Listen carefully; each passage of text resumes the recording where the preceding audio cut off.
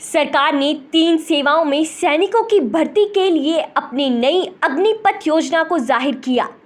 नए defence recruitment reforms, जिसे सुरक्षा पर कैबिनेट समिति द्वारा मंजूरी दे दी गई है, वह जल्द शुरू होगा और इस योजना के तहत भर्ती किए गए सैनिकों को अग्निवीर कहा जाएगा। आइए इस योजना के बारे में थोड़ा जान लें और फिर हम इस योजना के अंडर आने वाले बेनिफिट्स हैं उन्हें जानेंगे। इस नई योजना के तहत लगभग 45,000 से 50,000 सैनिकों की एनुअल भर्ती की जाएगी और मेजॉरिटी सिर्फ 4 सालों में सेवा छोड़ देंगे। कुल एनुअल भर्तियों में से केवल 25% को ही स्थायी कमीशन के तहत अगले 15 सालों तक जारी रखने की परमिशन होगी। इस कदम से देश में 13 लाख से अधिक मजबूत आर्म्ड फोर्सेस के लिए परमानेंट फोर्स का लेवल काफ़ी कम हो जाएगा। ये बदले में डिफेंस पेंशन बिल को काफ़ी कम कर देगा, जो कई सालों से सरकार के लिए एक चिंता का विषय रहा है। अग्निपथ योजना के तहत 17.5 वर्ष से 21 वर्ष की उम्र के उम्मीदवार एप्लीकेशन भर सकते हैं। भर्ती के स्टैंडर्ड्स वही रहेंगे और भर्ती रैलीज के जरिए साल में 2 बार की जाएंगी। अग्निपथ योजना सशस्त्र बलों और राष्ट्र के लिए परिवर्तनकारी योजना है, यानी ट्रांसफॉर्मेशनल स्कीम है। उसका उद्देश्य भारतीय सेना के लिए मानव संसाधन प्रबंधन में, यानी ह्यूमन रिसोर्स मैनेजमेंट में पैराडाइम शिफ्ट लाना है, यानी प्लेटफॉर्म शिफ्ट करना है, या जिसको हम बोलते हैं प्रतिमान परिवर्तन लाना है। यह योजना देश भर के युवाओं के लिए पेट्रियाटिज्म, नेशनलिज्म की भावना पैदा करने का अवसर प्रदान करती है, जिसमें 4 साल की अवधि में, यानी only for a 4 years period, Agniveer के रूप में इंडियन आर्म फोर्सेस में सेवा करेंगे और देश की सेवा करने के लिए इच्छुक हैं, यानी जो वॉलंटियर्स होंगे उनको इसमें शामिल किया जाएगा। 4 साल की अवधि की पूरा होने पर अग्निवीर अपनी पसंद की नौकरियों में अपने भविष्य बनाने के लिए कॉरपोरेट और इंडस्ट्री, CAPF यानी केंद्रीय सशस्त्र पुलिस बल और रक्षा सार्वजनिक क्षेत्र यानी पब्लिक सेक्टर अंडरटेकिंग्स सहित अन्य क्षेत्रों में रोजगार के लिए डिसिप्लिन, डायनेमिक और मोटिवेटेड और स्किल्ड फोर्स बनकर समाज में, सोसाइटी में जाएंगे। सशस्त्र बलों के लिए सबसे ज़्यादा ज़रूरी होता है स्पिरिट डिको और टीम बिल्डिंग। इसमें इसके कारण मजबूती मिलेगी जब हम साथ साथ रहेंगे, साथ साथ सेना की जो ट्रेनिंग प्राप्त करेंगे और उसके बाद टीम बिल्डिंग की भावना से हम लड़ाई में साथ में शामिल होंगे। इस योजना का उद्देश्य या जो एम जिसको हम कहते हैं, वो टेक्निकल वर्गों को आवश्यक कौशल के साथ ITI डिप्लोमा धारकों के साथ उम्मीदवारों को नॉमिनेट और सेलेक्ट करके स्किल इंडिया पहल का भी उपयोग करना है। इससे क्या है कि जो ITI हैं उन्होंने हमको बताया है कि जैसे भी आपको सिलेबस चाहिए, जैसा भी कोर्स चाहिए, हम आपको वैसा बना के देंगे। इसीलिए ITI, इंडियन आर्मी और जो हमारे स्किल डेवलपमेंट इनिशिएटिव है, तीनों का एक तालमेल बैठेगा ताकि जब वो 4 साल बाद बाहर निकले तो वो एक स्किल्ड मैन पावर के रूप में निकले। उनके पास एक अनूठा यूनिक स्किल और एक्सपीरियंस होगा जो रिलीज के पश्चात सोसाइटी एंड ऑर्गेनाइजेशन के लिए एक एसेट साबित होगा। अब बढ़ते हैं इसके तहत आने वाले कुछ फायदे।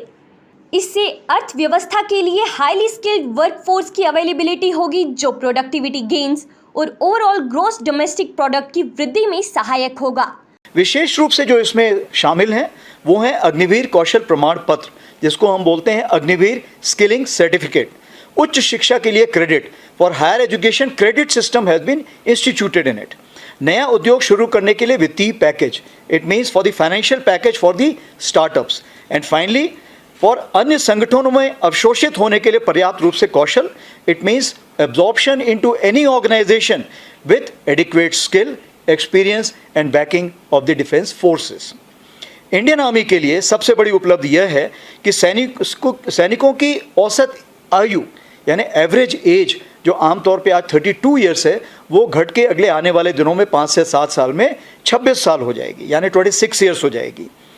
Now based on the organizational requirement policies, the technical skilling and training would be carried out. जैसे कि पता है आपको, पहले हम लोगों की 1 साल की ट्रेनिंग होती थी, अब इसको 2 भागों में बांटा जाएगा। सबसे पहले 24 से 32 वीक्स की वो ट्रेनिंग होगी जो निहायत ज़रूरी है उसको एक यूनिट में जाने के लिए। जब वो यूनिट में पहुंच जाएंगे तो जिसको हम बोलते हैं ऑन जॉब ट्रेनिंग, उस जॉब की ट्रेनिंग की जाएगी, तो वो काम भी करेगा और सीखेगा भी। जैसे आप देखें कॉर्पोरेट वर्ल्ड और बाकी जगह भी यही होता है, जो स्किलिंग होती है वो 2 पार्ट्स में होती है।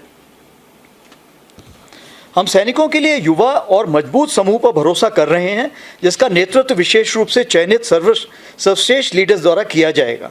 We believe in the strong team with the best of leaders who will be leading them, and the best of results we assure you with the trained and technologically qualified manpower which you would be having. Our organizational ethos, संगठनात्मक लोकाचार और संस्कृति जिसको culture बोलते हैं, अग्निवीरों के लिए सैन्य values और रेजिमेंटल स्पिरिट का इम्बाइब करने के लिए और एक बड़ा मोटिवेशन बनेगा. ये देश सेवा के अलावा सेना के नाम, नमक और निशान का जो हमारा वजूद है उसको और मजबूत करेगा. सर्विस का समय पूरा होने पर उन्हें 11.71 लाख का tax free service fund package प्राप्त होगा. अग्निवीरों के हर एक स्पेसिफिक बैच के 25% तक आर्म फोर्सेस के रेगुलर कैडर में नॉमिनेट होंगे. अग्निवीर सशस्त्र बलों की डाइवर्सिटी यानी विविधताओं को बढ़ाएगा और पूरी तरह से इंटीग्रेट होकर इंडियन आर्मी में घुल मिल जाएंगे. ये हमारी यूनिटों, हेडक्वार्टर्स में और अदर एस्टैब्लिशमेंट्स हैं, ऑपरेशनल यूनिट्स हैं, नॉन ऑप लोकेशंस हैं और आर्म्स एंड सर्विसेज, सब में वो शामिल होंगे. 4 साल बाद जो ये 100% लोग हैं इनको वापस घर भेजा जाएगा. इनका टर्म्स ऑफ कंडीशंस ख़त्म हो जाएगा, रिलीज़ कर दिया जाएगा.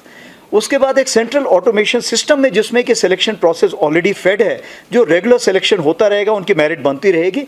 उसके बाद पहले 25% को, फिर 25% को कॉल लेटर दिया जाएगा. उसके अलावा कुछ रिजर्व को भी रिजर्व वार्निंग दी जाएगी. 1 महीने के अंदर जो लोग आ जाएंगे उनकी रिपोर्टिंग मानी जाएगी और उनको रेगुलर सोल्जर की टर्म्स एंड कंडीशंस में एनरोल कर लिया जाएगा. जो कोई नहीं आ पाए किसी कारणवश से, किसी फैमिली प्रॉब्लम है या जो नहीं आना चाहते हैं, तो उसमें रिजर्व्स को बुलाया जाएगा और रिजर्व्स को फिर शामिल किया जाएगा. जो हमारी फ्यूचर अब जो भी रिक्रूटमेंट होगा वो हमेशा अभी अग्निपथ के तौर पर ही होगा, सिर्फ मेडिकल कोर को छोड़ के, जिसके लिए परमानेंट एनरोलमेंट अभी तक की प्लानिंग में शामिल है. जो सेना में भर्ती का नोटिफिकेशन है वो जुलाई 2022 तक दे दिया जाएगा और उसके 2 महीने के अंदर रैलियां शुरू हो जाएंगी. It means that within 90 days what we are speaking today the rallies will commence. And ये रैली एक नहीं, ये 1 महीने के अंदर हमारा 50 रैली करने का अभी जो एक इरादा है और ये रैलियां पूरे भारतवर्ष में की जाएंगी और एक साथ की जाएंगी. उसके बाद कंबाइंड एंट्रेंस एग्जामिनेशन भी सितंबर महीने से शुरू हो जाएगा. हमारी कोशिश ये है कि इस साल के आखिरी तक यानी दिसंबर तक जो रिक्रूट सेलेक्ट हुआ है वो वहाँ पर रेजिमेंटल सेंटर में ट्रेनिंग के लिए पहुँच जाए और उसके बाद ये रैलियाँ चलती रहेंगी और विभिन्न एयरमार्क जो हमारे ट्रेनिंग सेंटर्स होते हैं उनमें उनको ट्रेनिंग के लिए भेजा जाएगा. उनके 4 साल के सर्विस के बाद अग्निवीरों को 1 टाइम सेवानिधि पैकेज का भुगतान किया जाएगा, जिसमें उनका योगदान शामिल होगा, जिसमें उस पर जो इंटरेस्ट लगा होगा और सरकार से मिलने वाला योगदान इंटरेस्ट के साथ उनके योगदान की जमा राशि के बराबर होगा. सेवानिधि को इनकम टैक्स द्वारा छूट दी जाएगी. Means I just want to assure you, as far as the quality is concerned, there will be no compromise at all. And all those who fit into this quality will only be considered as passed in that 6 months training. Anybody not making the grade will get relegated and after a stipulated period he will be withdrawn. अग्निवीरों के पे package और financial benefit जो हैं वो एक सैनिक के comparison में थोड़े से आप देखेंगे दिखने में ज़्यादा लग रहे होंगे क्योंकि उनको 4 साल के लिए है. उदाहरण के तौर पर अगर 21,700 तनख्वाह रखी गई है एक सोल्जर की 1 साल के और 4 साल के बीच में, तो अग्निवीर की तनख्वाह आप देखेंगे 30,000 से 40,000 के बीच में है, यानी 30,000 to 40,000. And as we move ahead you will find that जो इनका सेवानिधि पैकेज जो है that is approximately 11.71 lakhs. That includes the interest which is there. Now what happens in this case that the 30% of the pay which is there, जो 30% उसकी तनख्वाह है वो इसमें जाएगी सेवानिधि पैकेज में और उतनी ही जो निधि है वो गवर्नमेंट देगी. Same value amount would be given by the government. So towards the end of this 4 years he will be carrying home 11.71 lakhs and which will be income tax free. उसके अलावा the non-contributory insurance package of 48 lakh, Agniveer 48 lakh की गैर अंशदायी बीमा योजना का भी हकदार होगा. एंड इस दौरान पे जम्मू कश्मीर में अगर वो काम करते हुए मृत्यु को प्राप्त होते हैं कोई या किसी डिसेबिलिटी उनको ऐसी प्राप्त होती है तो 44 लाख डाउनवर्ड्स उनको इसका प्रावधान होगा, उसकी फैसिलिटी मिलेगी. तो अगर आप इन सब को टोटल करें तो आप देखेंगे कि ये टोटल काफ़ी ऊपर चला जाता है 11.71 lakhs, 48 lakhs अगर कोई इंश्योरेंस की ज़रूरत है, एंड 44 lakhs अगर आपको कोई ऐसी जो ना होनी चाहिए बट खुदा ना खास्ता अगर कोई ऐसी कार्रवाई हुई तो उसमें उसकी भी सहूलियत मिलेगी। एक चीज़ मैं आपको यहीं पर और बताना चाहता हूँ कि अगर वो जवान सियाचिन में काम कर रहा है, और सियाचिन में जैसे कि आपको पता है लद्दाख में कि 6 महीने से ज़्यादा वो काम नहीं कर पाएगा क्योंकि वहाँ की कंडीशंस ऐसी हैं, तो वो तकरीबन चौथे साल में 10 लाख रुपए एक्स्ट्रा लेके जा रहा है। 10 लाख रुपए उसकी तनख्वाह होगी सब मिला के। उसी प्रकार से अगर जम्मू कश्मीर में वो यहाँ पे अगर कार्यरत है तो 8.22 lakhs 4th ईयर में उसकी कैरी पे होगी। अग्निवीरों को इंडियन आर्म फोर्सेज में उनकी सगाई के लिए 48 लाख का non contributory life insurance cover दिया जाएगा।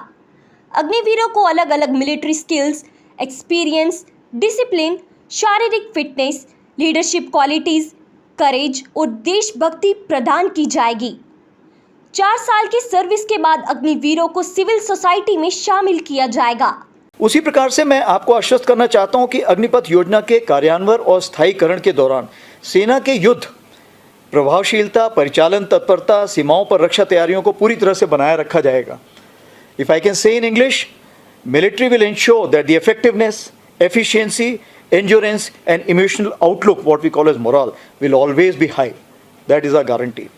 And our preparedness at border will never be compromised and it will be at the highest standard always. So we want to ensure कि इस योजना को शुरू करने के प्रभाव सीमा पर किसी प्रकार की बॉर्डर में कोई वॉइड्स ना हो, किसी प्रकार की लॉस ऑफ एफिशिएंसी ना हो।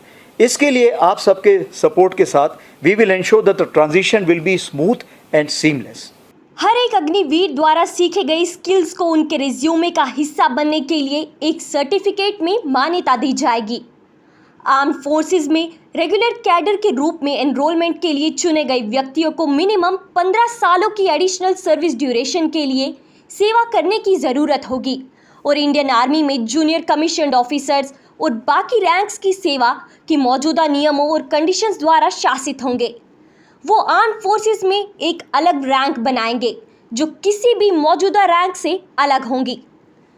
4 साल की सर्विस पूरे होने पर समय समय पर सशस्त्र बलों द्वारा डिक्लेयर्ड ऑर्गेनाइजेशनल रिक्वायरमेंट और नीतियों के आधार पर अग्निवीरों को आर्म फोर्सेस में परमानेंट एनरोलमेंट के लिए आवेदन करने का अवसर प्रदान किया जाएगा।